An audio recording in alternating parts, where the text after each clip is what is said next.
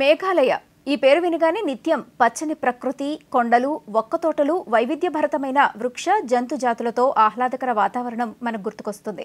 వీటితో పాటు ఎరీ సిల్క్ ప్రత్యేక పట్టు ఉత్పత్తికి మేఘాలయ కీలక కేంద్రంగా మారింది. అహింసా పట్టుగా పిలిచే ఎరీ సిల్క్ విశేషాలను ఈ ప్రత్యేక కథనంలో చూద్దాం. మేఘాలయలోని ప్రశాంతమైన ఉమ్దేన్ దివోన్ గ్రామం ఎరీ పట్టుపురుగుల పెంపకానికి అనుకూలంగా ఉంది. గ్రామంలోని స్థానిక డిజైనర్లు, చేనేత కార్మికులు చురుకుగా పట్టు ఉత్పత్తిని చేపడుతున్నారు. దీంతో స్థానికంగా ఇదొక అభివృద్ధి చెందుతున్న పరిశ్రమగా మారింది. ఈ పట్టును సామియా రిక్ని అనే పట్టుపురుగు నుంచి తయారు చేస్తారు. ఇవి ఆముదపు ఆకులను ఆహారంగా తీసుకుంటాయి. సాధారణంగా 3000 పట్టుపురుగుల నుంచి 450 గ్రాముల పట్టును తయారు చేస్తారు. ఎరీ సిల్క్ తయారీలో పట్టుపురుగులు అల్లే గూడు నుంచి బయటకు వెళ్లిన తర్వాత గూడు లాంటి పదార్థాన్ని వేడి చేసి పట్టును ఉత్పత్తి చేస్తారు. కాబట్టే దీనిని అహింసా పట్టుగా పిలుస్తారు.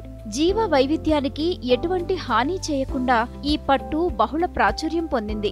ఎరీ పట్టును ఉపయోగించి శాలువాలు, ధోతీలు, బెడ్షీట్లు, ఇతర వస్త్రాలు తయారు చేస్తారు. ఈ మధ్యే ఈ ఎరీ పట్టుకు భౌగోళిక గుర్తింపు లభించింది. ఇది మేఘాలయ స్థానికులు కృషికి దక్కిన విజయంగా అందరూ కొనియాడుతున్నారు. చేతితో నూలు వడకటం, దానిని బట్టగా నేయటం, మల్బరీ, పువ్వులు, పండ్ల నుంచి తయారు చేసిన సహజ రంగులను ఉపయోగించటం వంటి అంశాలతో ఈ పట్టు ప్రత్యేకమైన ప్రాముఖ్యతను సంతరించుకుంది. దీనికి ఇతర రాష్ట్రాల్లో కూడా మంచి డిమాండ్ ఉంది. ప్రధానమంత్రి నరేంద్ర మోదీ సైతం తన మన్ కీ బాత్ కార్యక్రమంలో మేఘాలయ एरी सिल्क పై ప్రశంసలను కురిపించారు.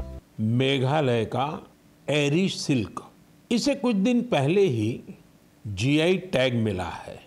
एरी सिल्क मेघालय के लिए एक धरोहर की तरह है।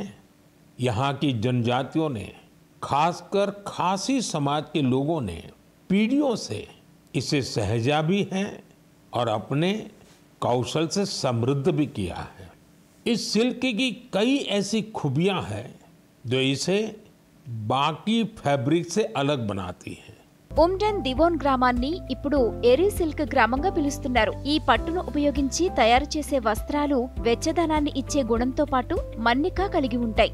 ఎరీ పట్టును మేఘాలయ, అస్సాం, మణిపూర్, బీహార్, ఒడిశా, కర్ణాటక, ఆంధ్రప్రదేశ్ రాష్ట్రాలలో ఉత్పత్తి చేస్తారు. 300 ఏళ్ల చరిత్ర కలిగిన ఈ భారత పట్టుకు దేశంలోనే కాకుండా ప్రపంచ వ్యాప్తంగా డిమాండ్ ఉంది. ఈ ఉత్పత్తుల అమ్మకాన్ని నిర్వహిస్తూ మేఘాలయలోని మహిళలు ఆర్థిక స్వావలంబన పొందుతూ వారి కుటుంబాలకు బాసటగా నిలుస్తున్నారు.